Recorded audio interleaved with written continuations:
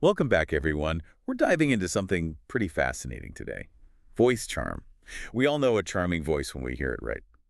But what makes it so captivating? I've got some excerpts from a text on vocal training, and it's really about more than just technique. Oh, for sure. We're going to uncover some interesting links to things like joy, beauty, even character. It gets pretty deep, yeah. Yeah. The text actually starts off defining charm as like a cheerful temper joined with innocence, Ooh, I like which that. I love. And then right away it connects it to joy.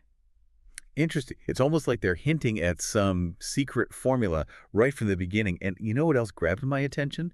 The whole idea of how some types of beauty can make you feel sad and happy at the same time, which is kind of strange, isn't it? Right, like a paradox. Yeah, exactly. Like, think of a sunset, it's gorgeous, takes your breath away, but Yeah. often there's this touch of melancholy there, too. Yeah. The source kind of explains it by saying those more quiet, peaceful forms of beauty, they make us think about things we miss, things we long for.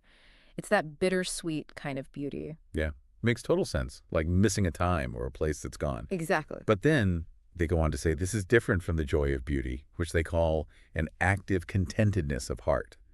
Now, that doesn't sound like just slapping on a smile, does it? No, no, not at all. It's much, I don't know, deeper, more grounded joy, I think. Imagine reaching a goal you've been working towards forever, that quiet feeling of like satisfaction, Mm-hmm. or feeling truly connected to someone you love. Yeah. Those are joy, but not just like fleeting excitement, more like a steady inner warmth, you know? I get it. Yeah. And according to this text, that's the kind of joy that ends up making a voice truly charming. Okay, so big question then. Mm-hmm. How do we actually get that into our voices? Well, the source does get a bit technical, talking about things like keeping your nasal passages clear for better resonance. Like, picture a trained opera singer. Their voices have this incredible ring, right? Part of that is how they use those spaces. Makes sense. They even suggest some exercises using ing sounds to practice this. You want to try one? Sure, let's hear it. All right, so try humming softly on an ing sound, like the end of the word sing, but just hold that last part. Can you feel it vibrating in your nose, your sinuses? Wow, yeah, I can. So the more open those areas are, the more like bright and clear our voices will sing. Exactly. The text also really stresses good breath support, which if you think about it makes sense. Like if you're all slumped over breathing shallowly, Right. your voice is going to sound weak, lifeless, Yeah. but stand up tall, breathe deep, and naturally you project a much more vibrant sound. It's like our bodies are the instruments and our breath is the fuel. I like that, yeah. But it's not all anatomy, though, is it? Hmm. The source talks about actually training the voice, and here's where it gets a little weird. They suggest practicing in a falsetto voice. Yeah, I know, it sounds a little counterintuitive, but there's a reason. Okay. By exaggerating the pitch, that lightness, you're basically giving your vocal muscles a workout. It's not about walking around talking like that all the time. Right. But the exercise strengthens your ability to produce brighter tones. Like vocal weightlifting. Exactly. It reminds me of that story they tell about the actress Mary Anderson. Mhm. Apparently, the poet Longfellow told her to improve her voice by reading happy poetry out loud every day.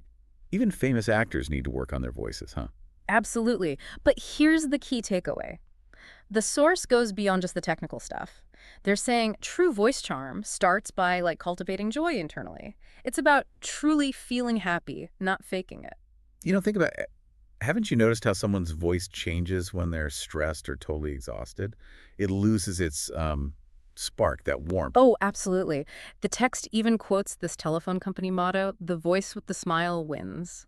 It's pointing out how much our inner state affects how we sound. Makes you think. And to bring more joy into our voices, they suggest, get this, immersing ourselves in uplifting literature, reading aloud joyful poetry and prose.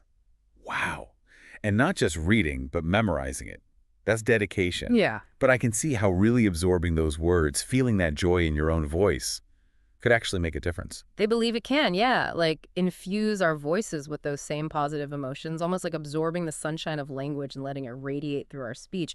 Speaking of sunshine, Here's some. The source included a bunch of joyful writing, and there's this one from Milton's Allegro that just jumps off the page.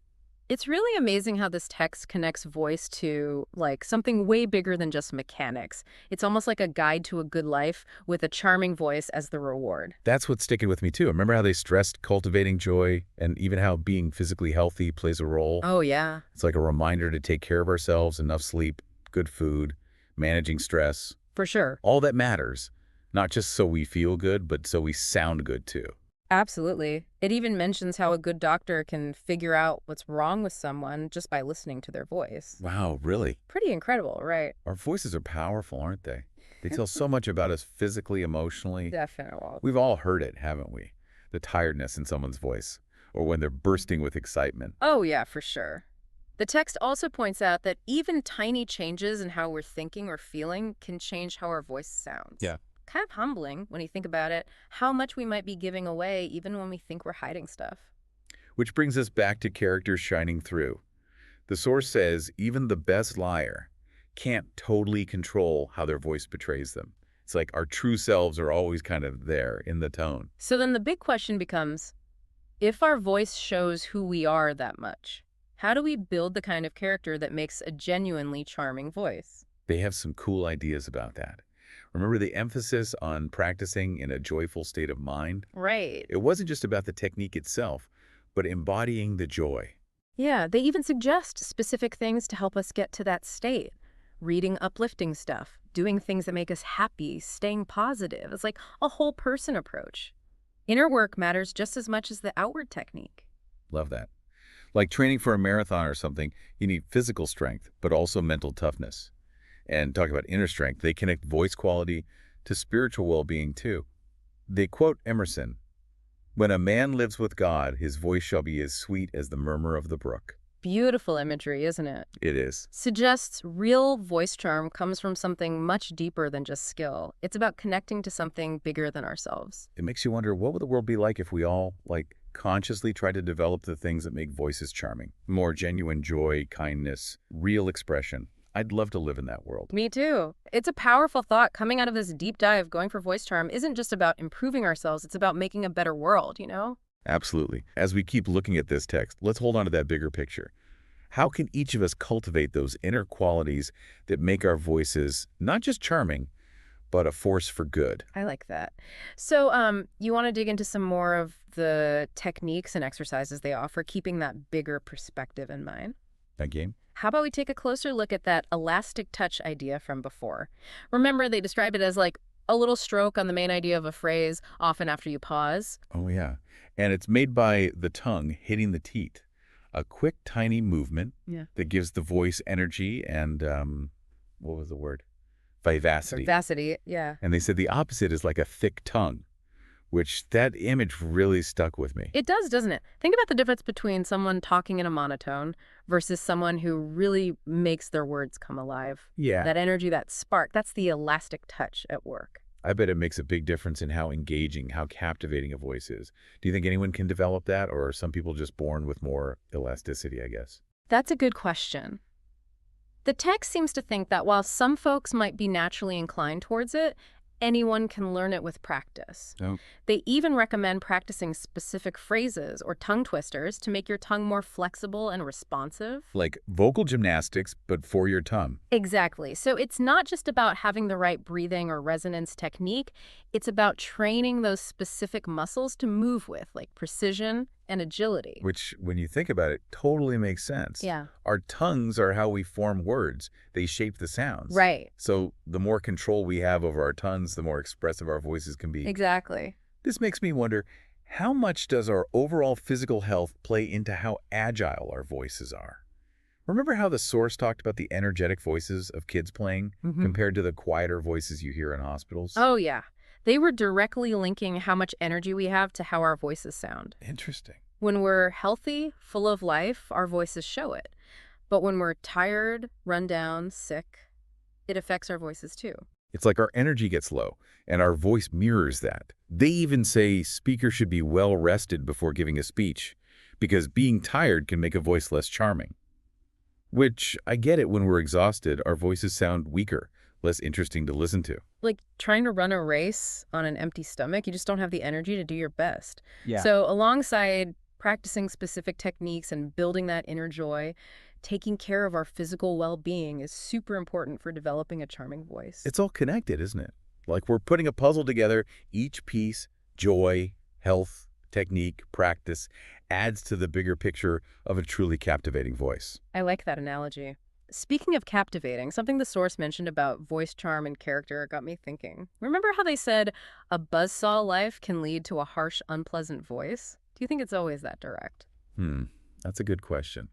There's definitely a link between what's going on inside us and how we express ourselves, but people are complicated, right? Oh, yeah. Someone could sound gruff, but be the nicest person you'll meet. Or they might be going through a tough time, and their voice reflects that. Exactly. We got to remember that the voice is multifaceted. Yeah. So many things influence genetics, personality, life experiences, even our culture. It's not about judging someone just by their voice, but appreciating all the different ways people express themselves. Well put. Hmm. I think ultimately the source is encouraging us to use our voices for good, to spread joy, beauty, and connection, I agree. to embrace the power of language, to lift people up, inspire them, and make the world a little more harmonious. Speaking of which, remember how they recommended reading aloud joyful literature? Hmm. They highlighted Tennyson's poem, The Brook, as a good example. I've read that one. I have. It's full of such vivid descriptions, and the language flows so well. Reading it out loud is like taking a nature walk. You can almost hear the water babbling and gurgling as you read. It sounds like the perfect way to practice both technique and that inner sense of joy. Maybe we should check it out sometime. So we've talked about inner joy, physical well-being, and targeted practice. But I keep thinking about that connection between voice charm and character. The source even suggests a buzzsaw life can lead to a harsh, unpleasant voice. Think it's always that simple. It's an interesting thought, isn't it? I mean, there's definitely a connection between our inner world and how we express ourselves, but human experience is complicated. Someone could have a gruff voice, but be the kindest person you know, Totally. or they could be going through something really difficult, and it affects how they sound. Right. We can't forget that the voice is multifaceted. So many things shape it: genetics, personality, everything we've been through, even our culture.